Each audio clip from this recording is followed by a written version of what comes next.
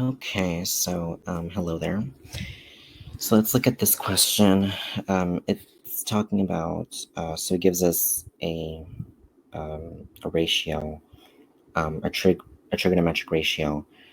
It says, suppose that secant of alpha is negative 5/3 and pi over 2 is less than alpha is less than pi. Find the following. And we're told to find tan or cosine of alpha over 2 and tan of alpha over 2. So we have to use half-angle identities. Now, the first thing that I do want to emphasize here is that like I said, it's a secant of alpha is equal to negative 5/3, and like it says on the problem, we need to find cosine of alpha over 2. So let me do it this way: cosine of alpha over 2. So, and it says that again, pi over 2 is less than alpha is less than pi. So what that means is we're going to do, so here's pi over 2 and here's pi. So it's going to be in this quadrant here. Now, we know that this is negative x, y, so really cosine theta, or cosine alpha in this case, is less than 0, and sine of alpha is greater than 0, meaning that cosine is negative, sine is positive, because cosine is x and sine is y, right? So in this example, and I'm going to write down the actual formula for cosine of alpha over 2. So when we talk about cosine of alpha over 2, really it's plus or minus the square root, and it's going to be, what was it? It was 1 plus cosine of alpha over 2. So 1 plus cosine of alpha all over 2. Now, like I said, we know that cosine is negative in quadrant 2. So from pi over 2 to pi, it's negative. So we know that cosine of alpha over 2 is less than 0 in quadrant 2. This is quadrant 2, right? Because it's from pi over 2 to pi. Okay, so we know that cosine of alpha, so we have secant of alpha is negative 5/3, right? And so we know that secant of alpha is negative 5/3.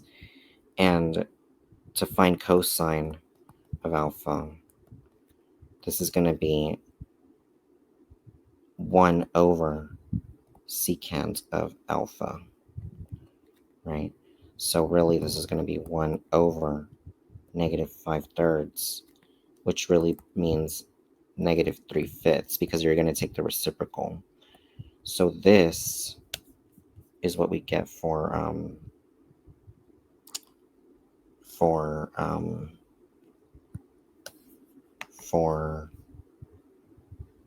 cosine of alpha, right?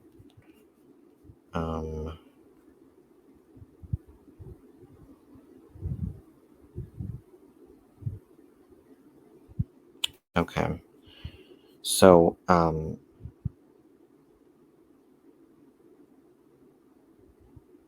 hold on, give me a second, sorry. I don't know why I did that.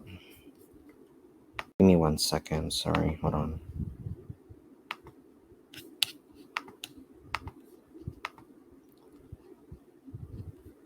Okay. Hopefully it's sharing. Okay. Sorry about that.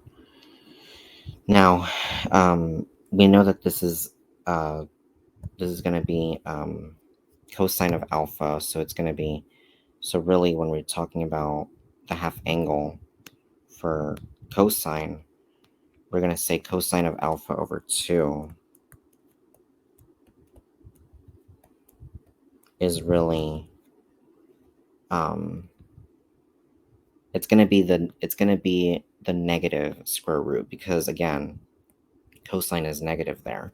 So it's going to be 1 plus, and again, cosine of alpha, this is cosine of alpha, right? So it's 1 plus negative 3/5 over 2.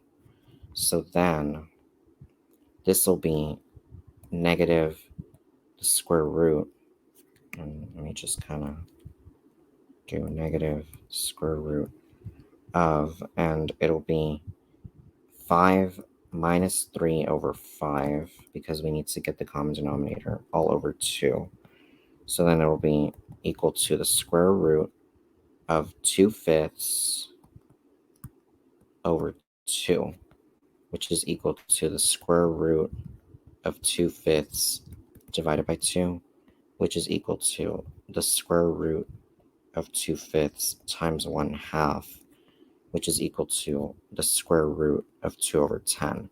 Now, this we can simplify it more, so we know that this is going to be the square root of 2 over the square root of 10, which is equal to, so we're going to do times square root 2, or times square root 10 over the square root of 10, and that'll give me 2 square root 10, and actually, this will give me the square root of 20, over 10. And we know that this will end up being the square root of 4 times the square root of 5 all over 10, which is equal to 2 square root 5 all over 10. And we can simplify this fraction here, divide by 2, so we get the square root of 5 over 5. That is what the half angle identity would be. And again, it would actually be negative, right? So we just kind of do this. And so that is what that would be. Now, for so then that is what cosine of alpha over 2 would be. And now tangent of alpha over 2. So tangent of alpha over 2 would be equal to, and we know that that is going to be, so hold on, that would be, it's going to be sine of theta over 1 plus cosine of theta, right? So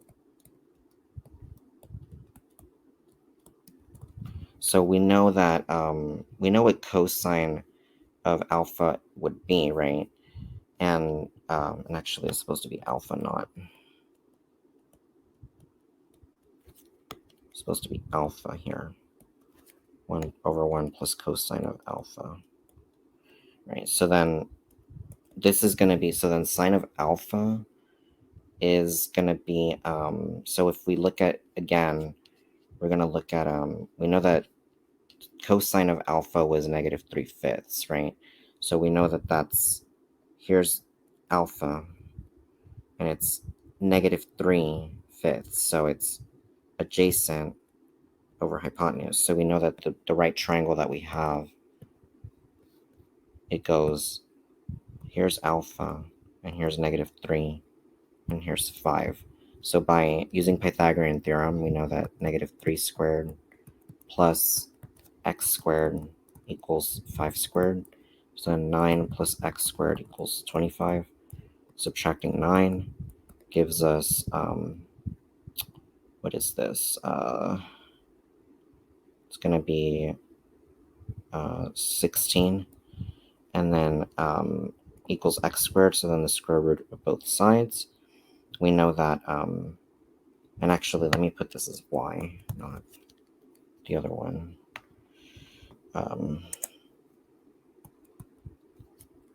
And we're just going to say plus y squared instead, so that way we know we're not talking about necessarily x. So then this is equal to, so y equals to 4, right? So we know that this is going to be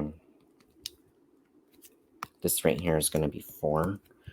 And now what we're going to do is, we know that, so the sine of alpha is opposite over hypotenuse. This is the opposite, and this is the hypotenuse. So it goes 4 over 5, right?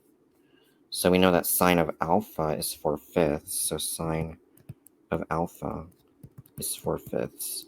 And then cosine of alpha, we already know what that is. That's going to be,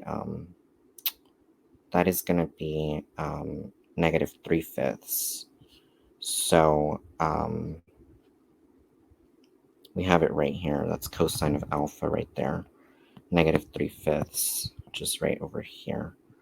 Right. So then we're going to put 4/5 over 1 minus 3/5. And then that'll be 4 over 5. So 4/5 over 5 minus 3 over 5, which is 4/5 divided by 2/5, right? Which is equal to 4/5 times 5/2. And we cancel these two out. So then we get 4 over 2, which is equal to 2. So then we know that tangent of alpha over 2 is equal to 2. Okay. That is how you do these two problems. If you do have any questions whatsoever, please do let me know. But with that being said, I really hope this helps. I know it was a lengthy problem, but I really hope this helps. So, yeah.